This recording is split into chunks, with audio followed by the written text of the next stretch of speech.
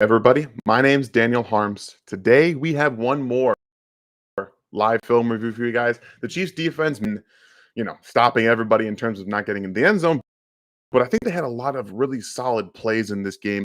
They took a step forward on defense with physicality up front, and they really did a good job of stopping Derrick Henry and limiting him in the run game, making him kind of frustrated at times throughout the game. And that's what we are going to talk about today. The steps forward that the Chiefs took against the run game against Tennessee, how they can continuously do that, what they have to work on to be able to stop people from getting in the end zones. But this is RG Ball.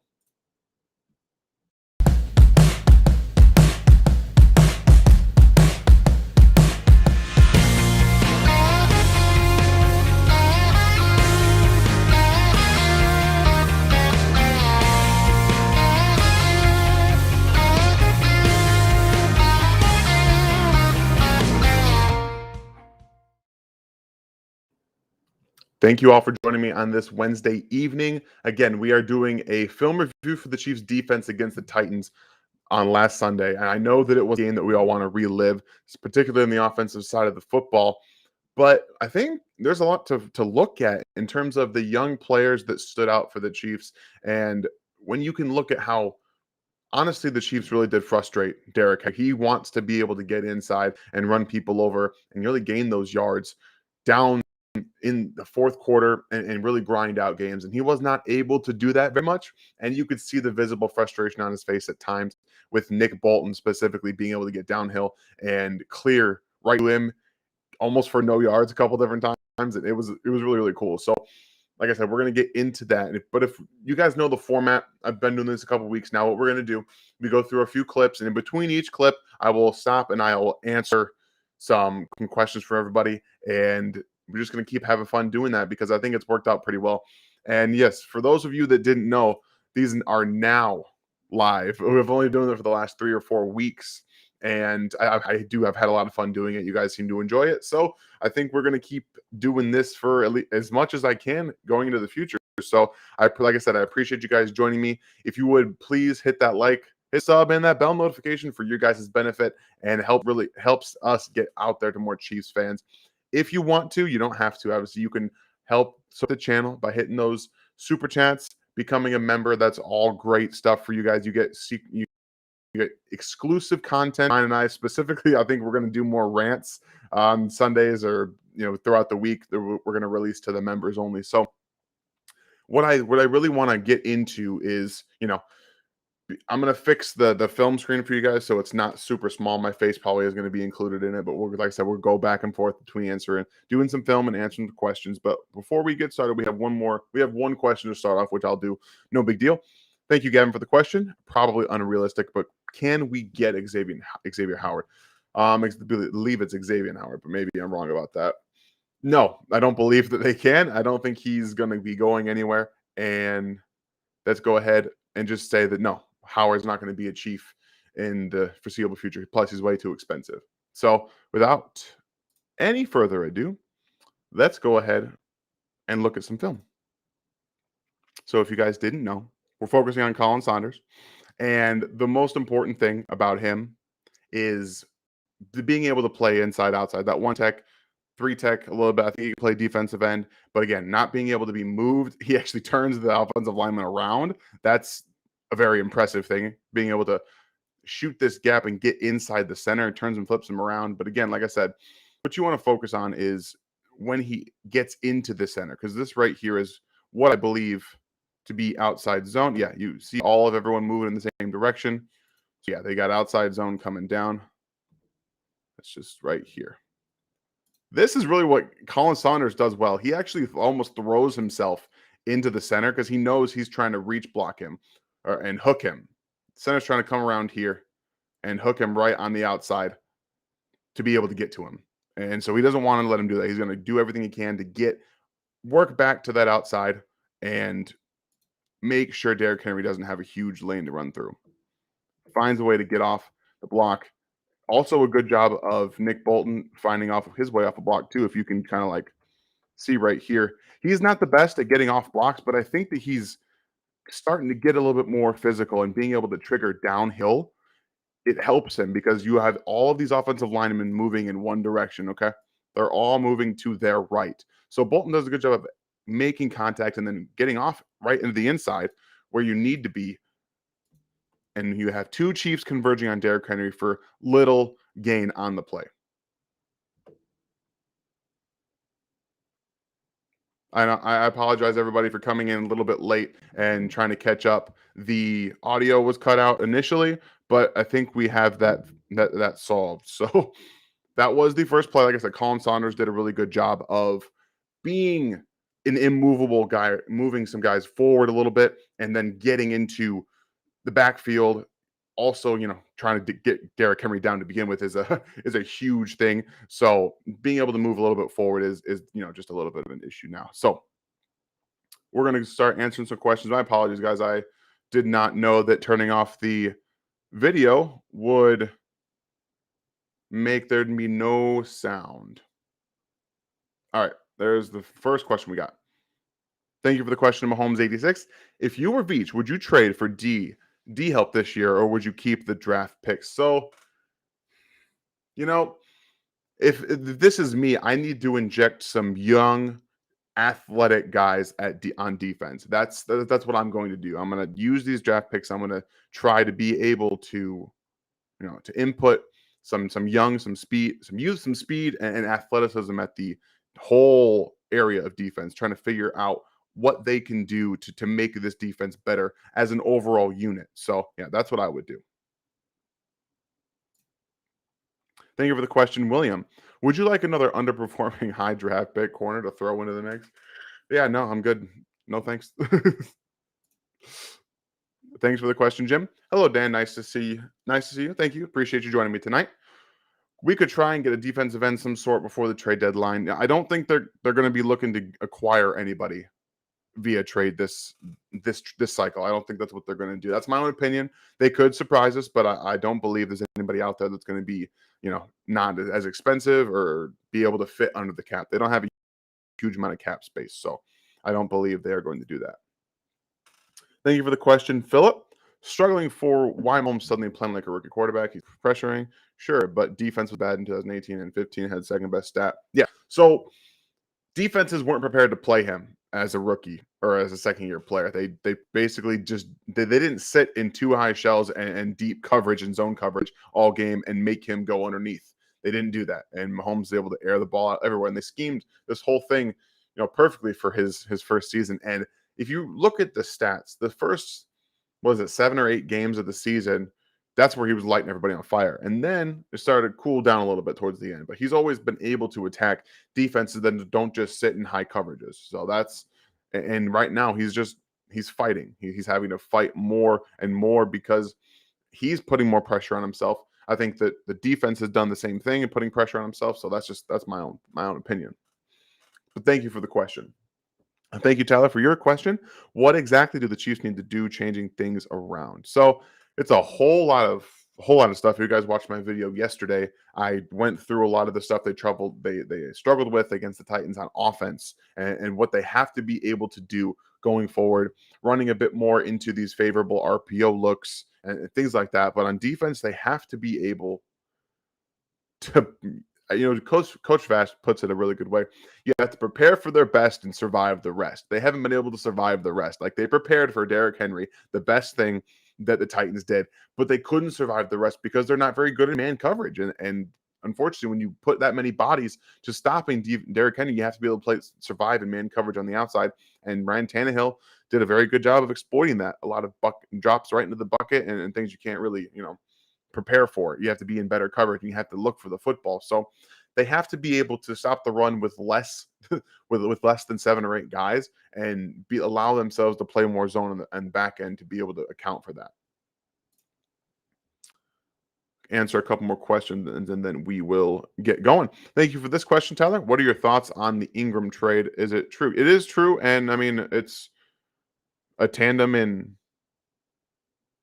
It's just a tandem that was already in New Orleans, so it's cool. I mean, good for them. I think that they're a pretty mediocre team, but that's about it.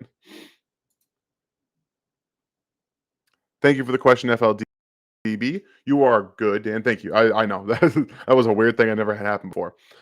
Do you think that Patrick's tweet from today positive influence to get everyone straight and start to focus? I don't think a tweet is something that is going to get anybody focused. I think that being in the room and studying everything together, knowing what you have to do, and talking with everybody is what they need to do and what they will do. So I think that that's pretty much all it comes down to. Why, yes, Colin, I'm going to be breaking down some Bolton film today. A little bit here and there. We're going to talk about some of the things that he did well, some things he needs to work on. But, this whole team has a lot of things that of that nature. All right, let's go ahead and get to the next play here. So this is the, second quarter. It is on first down. And one of the things that I liked to see from this game was the Chiefs' defensive tackles really getting involved a bit more and getting into the backfield. Jeron Reed comes up big in this game. Colin Saunders played really well. Derek Nottie, even though he didn't have a bunch of the huge plays that you want to see from him, but he's just always in there and getting into the backfield and doing a good job of just making sure that no one can go anywhere, that he's taking up a double team. So again, like I said, on this specific play, Jeron Reed is going to be the focal point of everything that comes down to it, because with the run game, you have to be able to get somebody into the backfield. You have to find some way to get penetration. So all about the Chiefs like to use their defensive tackles and defensive linemen in the run game to grab onto the offensive linemen, look around them to locate the football. That's typically what they like to do. And that's getting them in trouble a few different times, a handful of times, to be honest with you. So we're going to go ahead and come through here. They motion him, the tight end, back to the fullback position. That brings your three linebackers back in positions. Okay. Now, what you're going to see unfold here is what I think is called duo. There's a little bit of a difference between duo and inside zone, and I'm going to try to explain it to you here as we go forward in this play. Okay. Try to go a little bit faster here. Just trying to inch my way forward so you guys don't miss what I'm trying to talk about. All right. So typically on an inside zone, as most of you have known from talking the Chiefs run game, everyone steps either one direction or the other direction. Every offensive lineman does that. Okay. That's one thing about inside zone that makes it different from duo, is that's very specific. It's very obvious, and it makes it everybody go in the same direction, which also shifts movement of the entire defense. They all move with them. Okay. So as we go forward here, you're going to see different directional movements. You have this guy coming here, step this way, step this way. So you have different offensive linemen moving in different directions. That's the first part of it that makes me believe that it's duo. Wait, this is the wrong play, I think, actually. Yeah, my apologies. This is not actually duo. This is the wrong play. Sorry, guys. This is more of a counter. Yeah, this is just straight counter.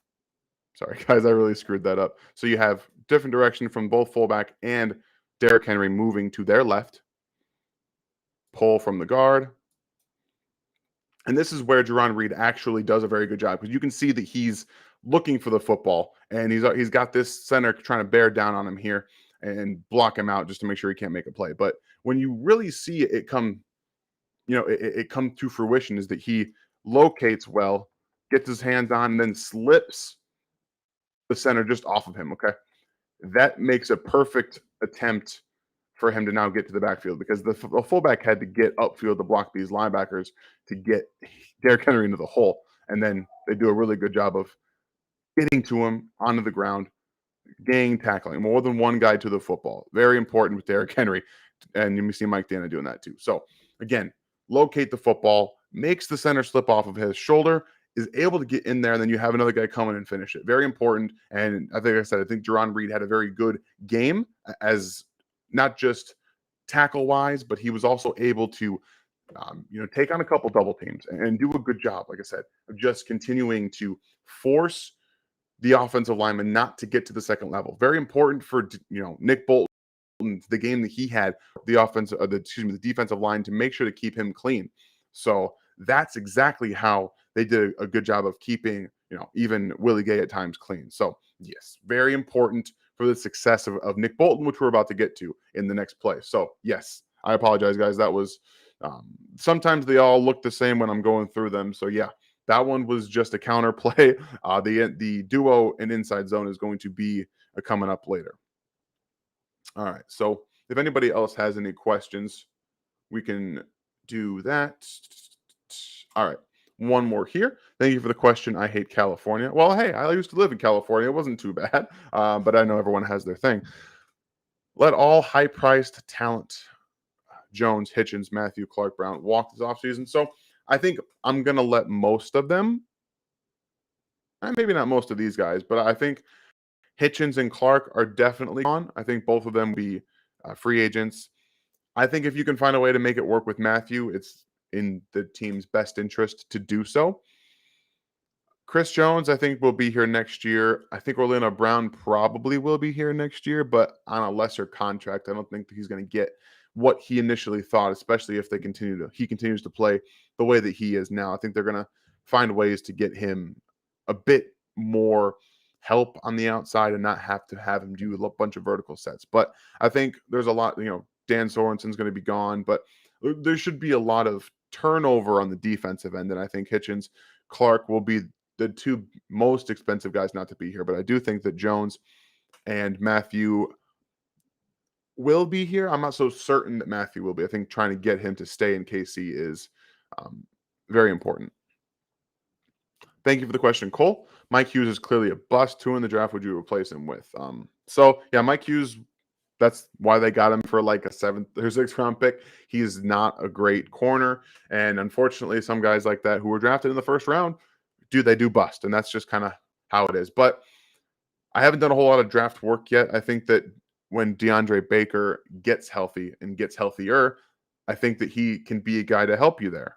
I definitely believe that they do that. But also, you have Rashad Fenton. I think that they're very comfortable with Charvarius Ward on the outside and letting Snead be more of an inside guy. But they have right now guys to play there. I think that they're going to have to take some more corners, specifically if they end up going away from Steve Spagnuolo at defensive coordinator. Obviously, that's going to be an after the season thing. I don't think anything's going to happen in season.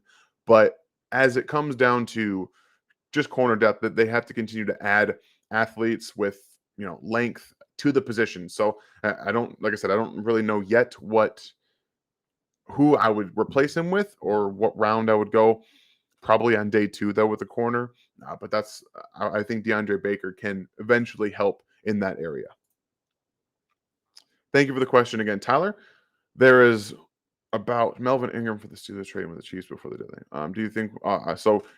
I don't believe that we will. I think that would be a good option for them to do, to try to get Melvin Ingram from the Steelers. But I'm not sure exactly how their situation is with him, if he's comfortable being traded, if he wants to be traded. If I know that he's having a pretty good season there. So, I mean, I know he probably also wants to win as well. So I would look into it if he's interested and the team wants to get something done.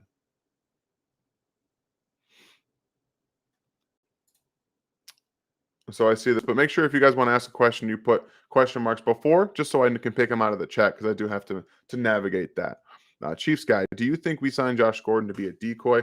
I couldn't even tell you why they signed Josh Gordon at this point. If they're not going to let him play as much, he was the least amount of snaps last week that he's had since he's been activated. So I don't know. I wish I could answer it. Thank you for the question, Big Chief Sean. If you guys don't know, he's also got his own channel. It's great. I was a guest on there a week or so ago. Make sure you go check out his channel. Is there Colin Saunders does not play more? Yeah, they have too many bodies at defensive tackle. They have to rotate Derek Nottie, who's their best run defender, in and out. They have to play Jeron Reed because they gave him more money. They have Chris Jones, who also has to rotate in defensive tackle. They also rotate Tershawn Wharton at defensive end and defensive tackle. So they have too many bodies, and unfortunately, that means a guy who is ascending, in my opinion, in this defense is being left out a little bit more than he should. And we're going to see probably next year them have to make some difficult decisions with Derek Nottie, probably not bringing back Jeron Reed. Who knows what's going to happen there? So he's going to be in line for more playing time as probably the season comes along, especially if Jeron Reed can't continuously play like he played against the Titans. All right, one more question, then we'll get to the next clip. Thank you for the question, William. Coach Prime was super high on Baker coming out when he's fully recovered. What do you think his upside is? I think his upside is a number 2 corner. I think that if you can have L'Jarius eventually take over and maybe end this slump a little bit and be on that outside, and then come down on the inside when you go to nickel, that ideally you would like to have those two as your 1 and 2. I think Baker can be a solid number 2. We just got to see him get healthy, and that's what I'm hoping to see throughout the season. Maybe he gets a little bit more involved here and there. All right, guys, and we're going to go ahead and get to the next clip here.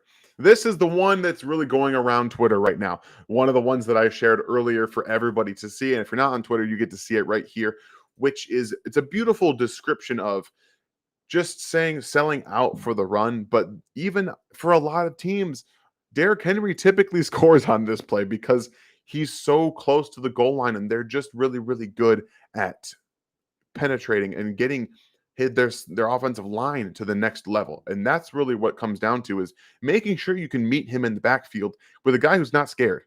I'll tell you what, Nick Bolton and Willie Gay were not scared of tackling Derrick Henry. And if you can make him stand himself up on plays like this, it's just so important to the way the defense plays. I think that did give them some, an injection of energy. But this is the big thing here, is because the Titans, what they want to do is double everybody basically that they can and get into the second level. But if you guys, you notice they have 1, 2, 3, 4, 5, 6, 7 guys down close to the line of scrimmage, and then 8 and 9 here. So there's no way they can double all of them. All right. There's just no way. So as a defense, your number one job is to create, especially if defensive front, your number one job is to create the rushing lane for your linebacker. Right now, the linebacker, Nick Bolton, needs to be able to see what's coming, okay? So we're going to come here, and this is all important here. You have Jeron Reed crossing the face of the center, okay? So what he's doing here is making the center pull with him. He's not engaging completely, but he's opening up this hole for Nick Bolton. And you can see there's zero hesitation. He's already moving forward. He's coming down here. All right. He's coming to meet him head on. Another really, really important thing here is you have the help. Willie Gay does a good job of getting his shoulder pad into the chest of this offensive lineman right here, or tight end, excuse me, and just making sure he can come across face and help. So again, you have a lot of different things here going on to make sure this goal line stand can happen. And Bolton does an excellent job of, again, recognizing this huge gap and not hesitating. He just goes for it. So this gap is now opening up very nicely. He's just going to go right down into it. And again, Willie Gay, very important for this play too, as he continuously works across the face of that tight end. But again, see, this is why this was so important here. Jeron Reed is still standing up, and the center's trying to push him out of the way. Nottie, again, a good job of fighting across that block. This is all how the Chiefs front should have been playing all along. They have the bodies to do it. And then, Nick Bolton meets Derrick Henry with Willie Gay. You got Charvarius Ward back there too, and Derek Nottie. This is how you have to do it. You have to gang tackle. You have to find ways to get underneath these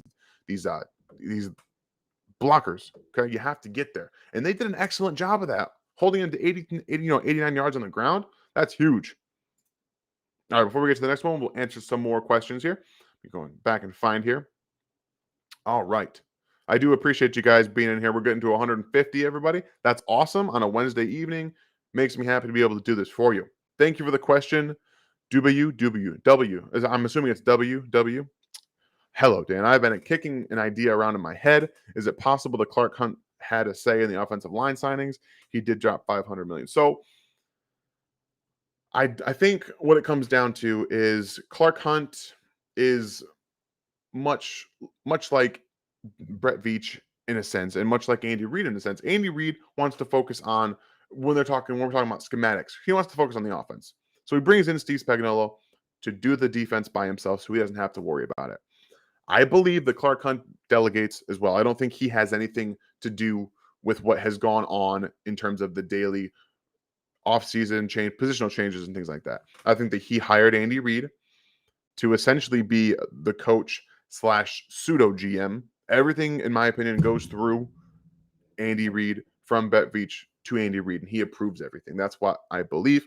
And there's a lot of history in what he did in Philadelphia to now to lead me to believe so. So I think that, at the end of the day, everything gets approved by Andy Reid. It gets, check mark signed off by Andy Reid before it happens. I don't necessarily believe that they go to Clark Hunt with their questions and things like that.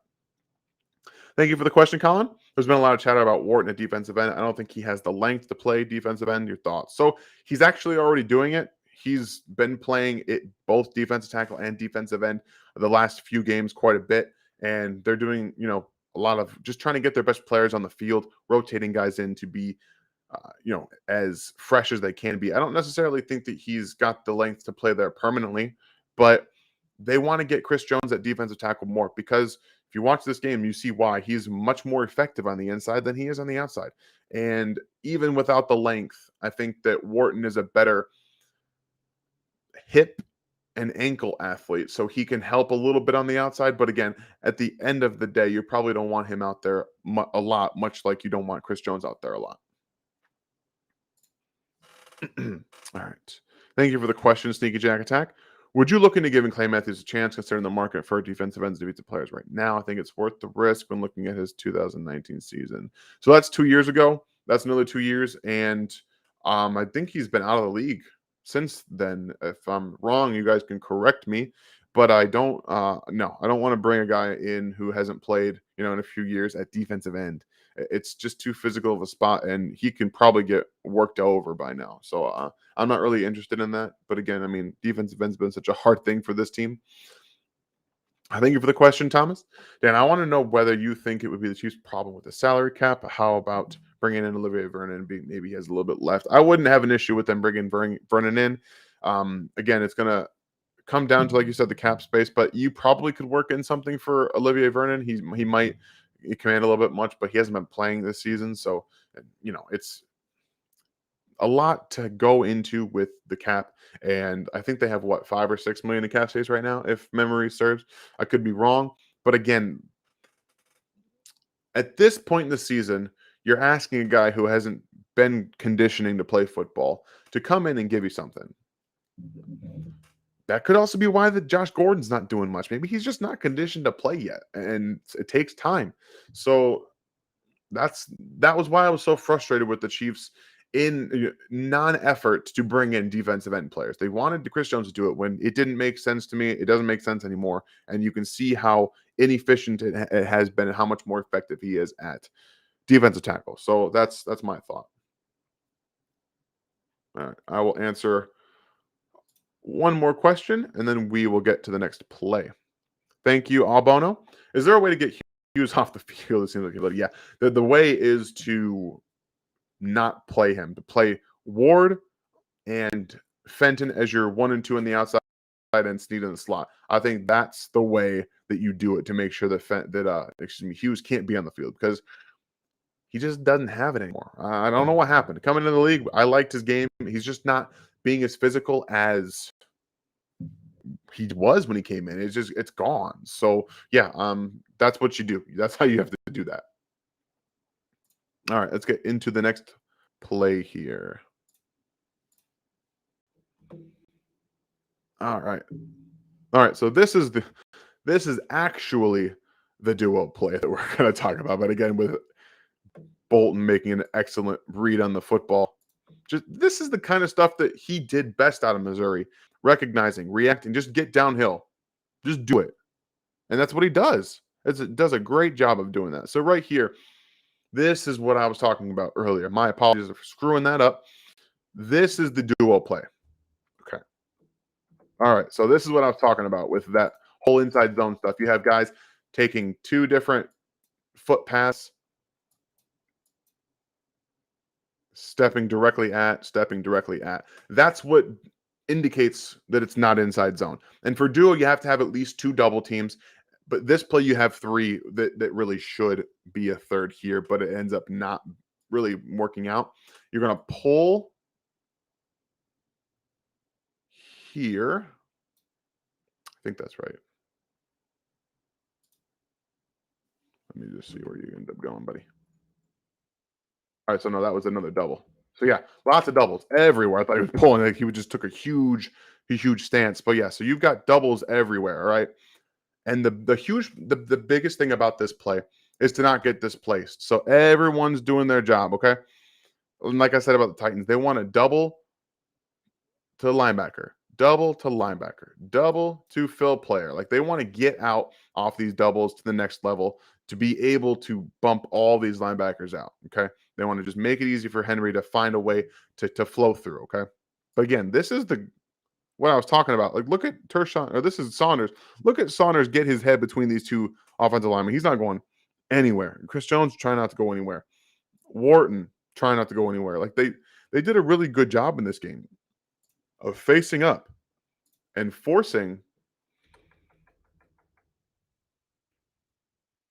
everything, forcing gaps. Like this is beautiful. It for both, Bolton and Juan Thornhill. This is exactly how you do it. You have muddy up the middle, and then force Derrick Henry to pick one side. Okay, and then they do a really good job again. Bolton recognizing he's on this side, he can get to him very fast if he just goes downhill. He can get to him. So he sees it, he clicks it in, and then he goes. Like it's beautiful. Sure tackle, wrap him up. Like this is everything that he was coming out of college. Very much a downhill player. Get behind the line of scrimmage and just click and go. That's exactly what he brings to this defense, and I'm very excited to see him doing it. Like that's how you have to continuously play him. He's got to be the Mike going forward. He did this at least 5 or 6 times in this game. Like it was so nice to see him do that. So next, before we go to the next series of clips, again, we will stop to answer some questions. Thank you, JPF. Does Bolton and Gates' performances on Sunday give you hope for them in terms of our future leadership? So the one thing that I'll say for Nick Bolton, yes, he should 100%, in my opinion, be the Mike going forward the rest of the season. I don't think it's a question. I think he showed better processing. I think he showed better, click and close ability and get downhill much faster than Anthony Hitchens had shown in the last 3 or 4 years he's played for the Kansas City Chiefs. That was the best game a Mike linebackers had since Derek Johnson. That's the facts. He needs to be the Mike going forward. But we're starting to see, the play action passes, okay? But with this team was very specific. It's going to be an issue because you wanted to sell out to stop Derrick Henry. So the play action passes made everything look so much worse because everyone's coming downhill. They're putting 8 or 9 guys, or not 8, but 7 or 8 guys down there to try to stop the run. And that's where Tannehill was able to carve them up. Getting more depth in some of your zone coverages is going to be important going forward. Nick Bolton has a lot to learn in pass coverage, okay? He's got limited athleticism to get him places, specifically going backwards and laterally. It's just unfortunately the nature of the beast with him. So you're going to have to take some of these with the losses that you're going to get in pass coverage and hope that he makes up more plays in the run game so that you can dedicate more zone coverages behind him to help him out. And Willie Gay is someone that can help do that. So yes, these two are going to be a very good duo together. They shouldn't come off the field unless you needed to give them a spell every now and then because they work really well together. Thank you for the question, Brett. Hey, Dan, do you think we need the same fire that we had in 2019 to turn the season around?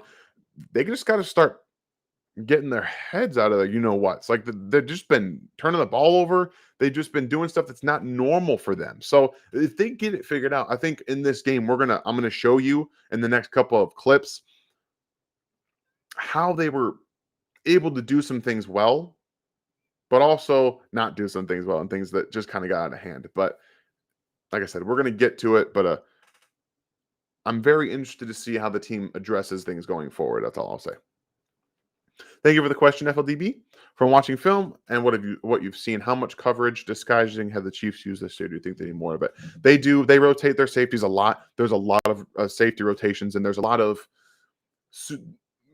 simulated pressure more for third down specifically. I think they need to do more simulated pressures on early downs, get the linebackers up there a little bit, and force the offense to choose to throw the ball maybe into a little bit more favorable positions for the Chiefs. They need to do a better job of getting their corners in better spots. And the corners specifically need to do a better job of, if you're playing zone coverage, force them to take the inside track and don't get stuck on the outside, because that ball is going right over your head, right to the sideline in the bucket, much like Ryan Tannehill did. Thank you for the question, Lachlan Chant.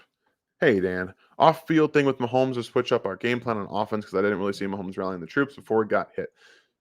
So I don't have any issues with the off-field stuff. I know that he's locked in. He's just doesn't have much confidence right now in the way that he's playing, the way the offense is playing in that game specifically. Everything just kind of went against him. But I think that they're going to be fine going forward. The offense has been great outside of the turnovers. They just got to find a way to stop turning the ball over, hold on to the ball, and hopefully these tipped passes to interceptions stop, because that's one of the most infuriating things that's happening every game, and I can't explain it. So that's what they got to do, and they'll be fine. I think he's going to be fine. Thank you, Dylan, for the question. Besides the defensive line, I think the talent and defense is enough to win games. How much should we really be investing in talent and defense? So specifically, defensive end athletes are non-existent on this team. There are none. They don't have any. Okay, they have strong, they have length, but they don't have any guy that can bend or speed rush. Okay, that's a problem, and you're seeing it because they can't generate pass rush. They've also been, outside of this game against Derrick Henry, sieves in the run game. They haven't been able to do anything because they don't have the proper guys out there right now. I think that if you get Hitchens, maybe as the Sam when he comes back, but you have Bolton and Gay on the field the majority of the time, you probably have a better option to stop the run. And that's going to force your defense to be in a better position when the pass comes. So I think that they're going to be able to adjust accordingly. And like I said, I'm going to get to a little bit more of things that they've done well on second and first down later in the film. But there is some things that need to happen. Okay. There's some things that got to happen specifically on the defensive side. So I'm going to hit this super chat from my guy Gooch. I was told you needed some Gooch love. Yes, I do. Thank you very much for the super chat. And then we're going to get into the next clip here. All right. So as you guys can all see here, it was in the second quarter. But like I said, the Titans were able to score on every single drive, okay, in the first half. But this was a sign for me that they were playing good team defense against the run, okay? And like I said, you're going to see it through here. But flow with the offense is very important. They did a good job of trying to get gang tackles, okay? I know this was just Bolton at the end of the day, but there was a body there first, okay? So specifically, what we, again, want to look at, the defensive tackles, Derek Nottie, Jeron Reed. Again, this is a good job of being slightly hesitant off the line of scrimmage and knifing his way in between a gap, knowing that the center here wants to get to the second level, okay? Jeron Reed doing a good job. Maybe he's not going to make the play, but at the end of the day, he helps make the play. You have linebackers scraping to the outside of this center. You also have Nick Bolton scraping to the outside, okay? Frank Clark's got to get around here to make sure that the integrity of the outside integrity stays and force Derrick Henry up here. Now, if you don't get scrapers on this from the linebackers here, you're forcing Tyrann Mathieu to be coming up to make a play, which I know that he did a good job of being as physical as he can be with Derrick Henry most of the time, but it's a very tough ask for him to have to come up and be the run support guy. So again, Willie Gay initiating contact, fighting across the face. This is something that I liked to see from Bolton. We talked earlier about him not being able to necessarily get off of blocks so easily, but here he forklifts this offensive lineman up. You can see he's in actually very good position, lower pad level, and he extends his arms and lets himself get off this block. This is what you need to see more from him going forward. his worst attribute in run defense is getting off of blocks. If he can continuously do this on a regular basis, they're going to find Nick Bolton to be much more adequate in run defense than he has been than he was in college. So yeah, this is what I'm talking about here. Beautiful run defense. Put him into the funnel here. Okay, make him go this way. He can't go anywhere else. All right, Gay's in here.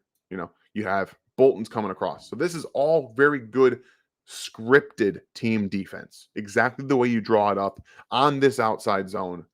And they did a very good job of funneling him right to where they needed to get to him. And again, scraper, outside stretched arm from Reed. He's not going to actually do anything, but again, everybody forms on the spot. And then you have collision.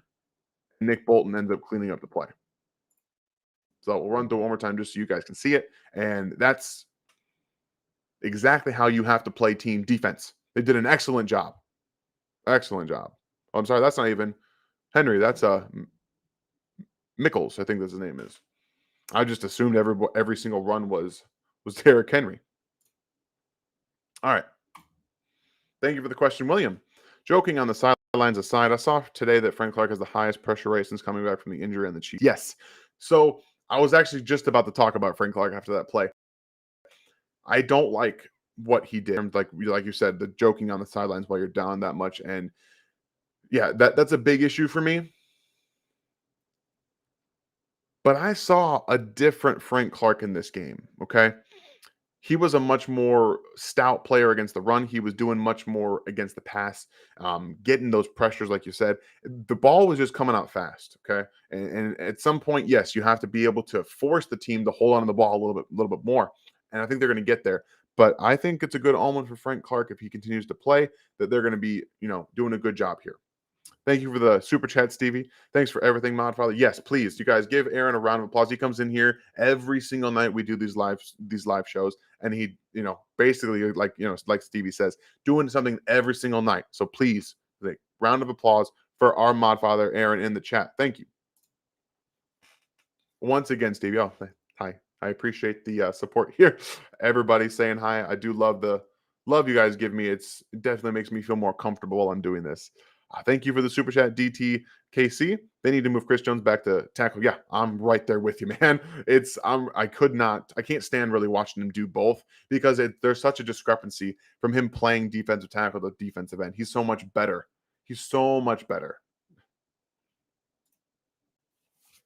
All right. Thank you, Kevin. If turnovers don't stop, and now we will be swept by the Raiders and Chargers and might lose a game to the Broncos. So yeah. That's how this works. If you don't stop turning the ball over, they're going to lose a bunch of games. So yeah, they got to figure it out. They're on a pace for nearly 40 turnovers. I can't see that happening. So let's hope that does not happen.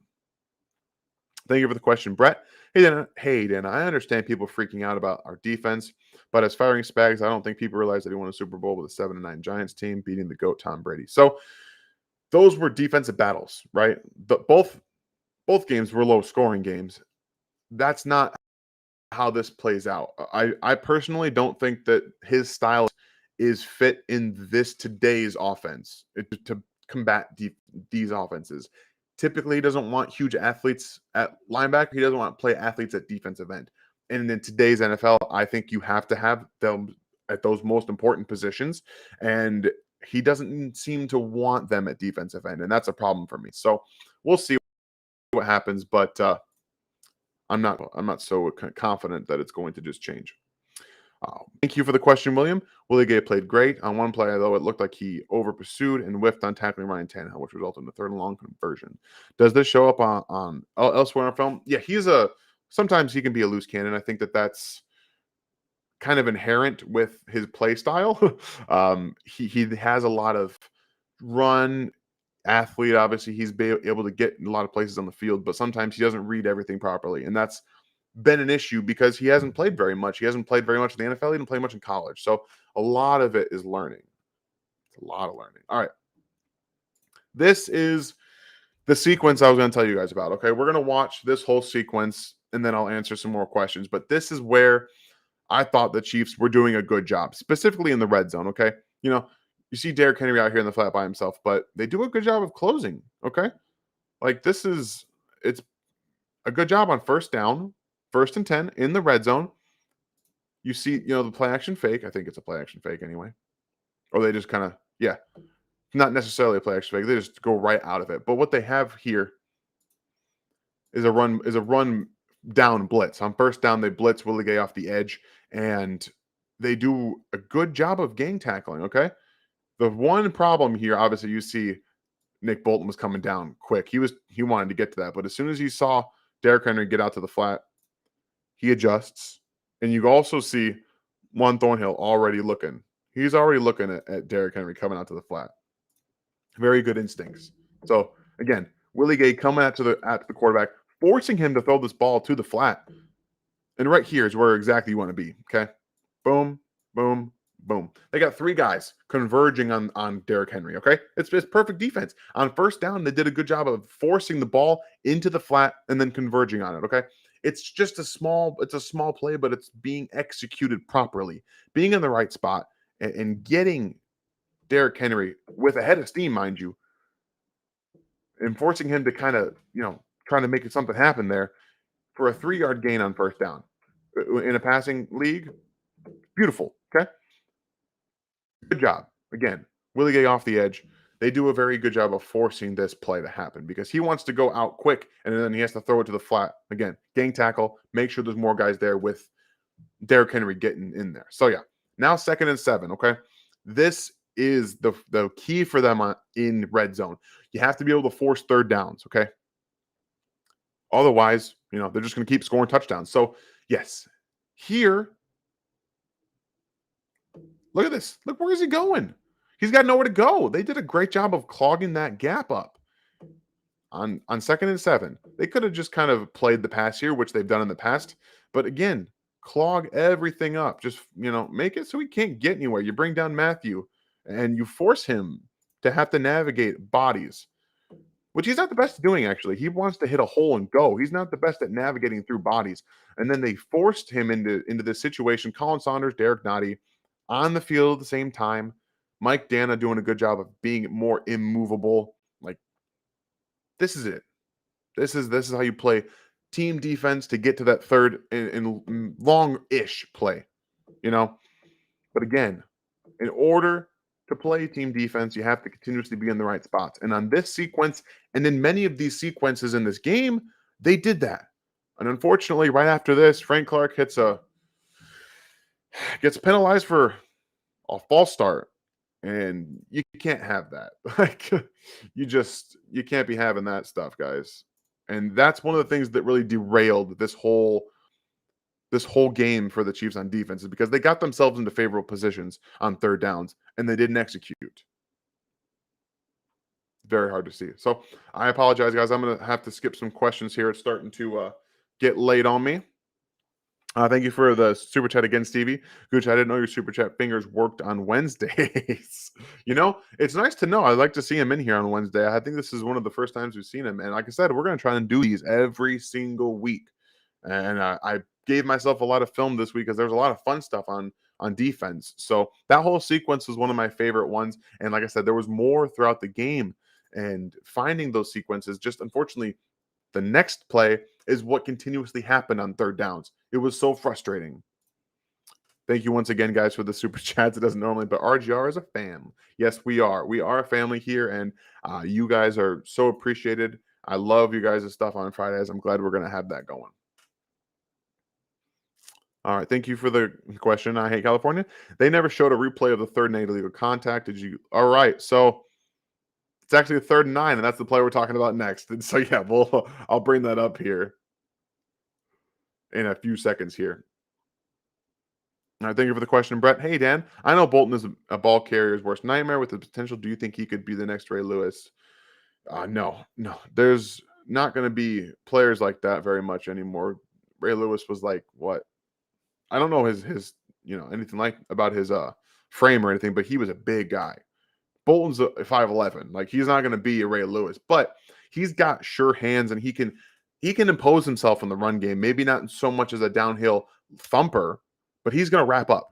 That's more important for me than just laying the lumber. You want to get down there. You want to be physical. You want to get guys like Derrick Henry to the ground. Go in there, make a tackle, and make sure he doesn't get away. That's more important to me than being anything like that. So yeah, but I don't believe that he's going to be in the next anything like that. All right, thank you for the question, Rick. I was at that game, 50-yard line, Chiefs side. That's awesome, man. I'm sorry that they'd let you down like that. Andy Russ, Kelsey, and Hill against the Giants. Where is Josh Gordon? So I actually have a theory about what the Chiefs should do on offense, and I'll give it for you guys right now. They should game plan like they don't have like they don't have Kelsey or Hill. Scheme up plays for Byron Pringle, for Demarcus Robinson, for McCole Hardman, for Josh Gordon, for Noah Gray, and force defenses to adjust to that. That's what they should do. Get some slants for Byron Pringle. Find him down the seam a little bit more. Let McCole Hardman work a bit more. Get maybe Demarcus Robinson on some more streaks down the field. Definitely let Josh Gordon run some slants. They need to start game planning and running specific plays for some of their not stars, so that defenses have to adjust and they have to pay attention to them. And that can bring some attention off of Kelsey and Hill. All right. I will answer one more question, and then we'll do the last play of the day. Thank you for the question, Albano. Vic Fangio, next defensive coordinator. So I'm all for that. He's going to be fired by the Denver Broncos. I'd love to bring him in as a defensive coordinator. The problem is Andy Reid is very much a loyal and friendly guy. He's probably not firing bags at the end of the season, and Vic Fangio is going to be scooped up, and that's just going to be it, man. All right, this is the last play, guys. And like I said, it's that 3rd and 9, the illegal contact. But it's all about everything that happens prior to the penalty that has my attention, okay? 3rd and 9. Again, simulating pressure from the linebackers. But this is it. Everything here is really, really, really good. And then you have the unfortunate incident. So Rashad Fenton is the one that has the penalty. So if you want to just watch him, this is where he gets hold right here. He's coming inside. He's going outside. He holds him. He kind of hooks him a little bit, and that's where the flag comes in. There's the flag right there. But they got to this position and forced Tannehill to throw the ball. You got Frank Clark coming up field. This is it, man. This is where Frank Clark's at his best, actually. When he's able to counter inside, you got guys trying to block him this way, okay? And then the ice pick. Right here. The ice pick. The key to a good spin move is finding the guys blocking you with that inside hand and being able to loop back around. It's the key, okay? And he does that just about as good as anybody does. Finding the guy. Again, he uses himself to hold right there, and then he just gets his arm on him. That is it, man. This is the Frank Clark that needs to keep playing, okay? Let's watch it all the way through, because this was a very good coverage play by everybody. There's no one to go with the ball. And again, they did a fantastic job. Just unfortunate for that little bit of hold. There maybe have been a sliver down here, but he couldn't get the ball down there. He was trying to throw it downhill or downfield, and Clark does a good job here just getting there, man. Again, it's just finding that time, getting that quarterback hit, forcing that ball out. And unfortunate for the Chiefs, they were unable to capitalize on that play. And that continuously happened throughout the game. Every time they got to third down, it was either a penalty or they just left. Ryan Tannehill is an option to run the ball. They just found, don't get me started about the screenplays. They just continuously found themselves in these positions where they get to third down and then they just forget how to play football. Man, it is frustrating. It's frustrating. So we'll go ahead and answer a few more questions, and then we'll be out of here for tonight. Again, the defense was fun to watch, honestly, outside of the third downs that they just couldn't stop. Thank you for the question, Kevin. How many fumbles before Hardman sees some pine? I'm not going to lie to you. He's probably not going to be benched because of fumbling. And I don't think he fumbled last game. Maybe I'm wrong. But yeah, it's been an issue. The guy with his frame, it's not easy to hold onto a football, and he's got to do a better job of keeping it secure against his body. And Mahomes needs to do the same thing. So it's not just Mahomes, man. It's not just Hardman. It's Mahomes too. So I don't think Zimmerman's leaving. I don't think Zim's going to leave Minnesota. But if he does, I wouldn't have an issue with that. He's a good defensive mind too. They do a great job down there simulating pressures and getting their guys in the best position to be successful. Something that necessarily doesn't always happen. Well, thank you once again for the question, Kevin. How was the knee to the head to Mahomes not roughing, but when we tapped Josh Allen, we got flagged?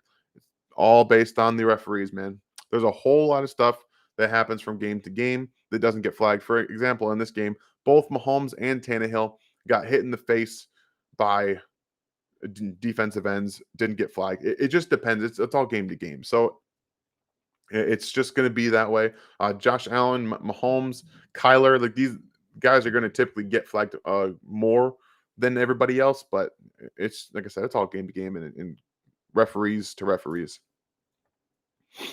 Thank you for the question, Bono. Edge in the class is your favorite of the Chiefs? Ideally, Thibodeau would be. I think that he's the best all-around player. I think if they continue with this defense, the way Spags run it, I think that Hutchinson does a really good job. He fits everything they want. He's strong. He's big. He's got a little bit more bend, a little bit more speed to him, but he's a big, imposing defensive end that creates pressures and is super really good in the run game. Like he's very good. He's a very stout player. So that's a guy that does fit what they want to do. I'd like to see them get more athletic, but you don't have like this cross between speed and power. Like Thibodeau is in a class of his own. I do think that there's some with Hutchinson, but I think he's going to be gone before the Chiefs pick. Now, that's assuming the Chiefs get back on track. Maybe they don't, and they just keep falling back down in the draft. But as it stands right now, I don't think he's going to be there. Obviously, you're not getting Thibodeau. So, all right. Thank you for the question, Steve. Does Spags need to change the things he's looking for in defensive alignment? Specifically, he needs to change the things he's looking for in defensive ends because there's no athletes at defensive end. They don't have any. They need to inject actual athletes that can bend and have speed at defensive end. That's what they have to do. There's nothing that in this off the way the offense is run now that say you can get by with the way that Frank Clark, Chris Jones to an extent too. He's not the bending guy either. Alex Okafor, Mike Dana. As much as I think that Dana's a fine player, he's just what he is. He's never going to get. I don't think he's going to get any better than what we're seeing right now. That's what I think he's going to be. So they got to find better athletes. All right, this will be the last question for the night.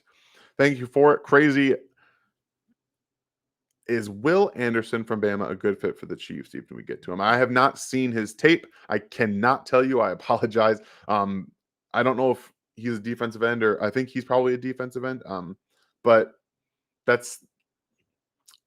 you're getting someone from Alabama. You're typically getting a pretty decent player for the NFL. But again, I don't know what position he plays, and I'm not sure his style, his body type, that kind of thing. So, my apologies, but I'll be able to answer that question much more as soon as we get closer to draft season. Definitely when we get closer to the draft season. So thank you guys so much for tuning in tonight. I hope you enjoyed it. I had a lot of fun, and I'm hoping that we don't have people lose out on this because I screwed up the audio going into it. But again, you guys, thank you so much. I love being able to do this with you guys on a Wednesday basis. Like I said, we're going to keep trying to do this every single week as much as I can. And I look forward to seeing all of you next week. And I'm hoping that it's much more fun film for you. So again, you guys have a great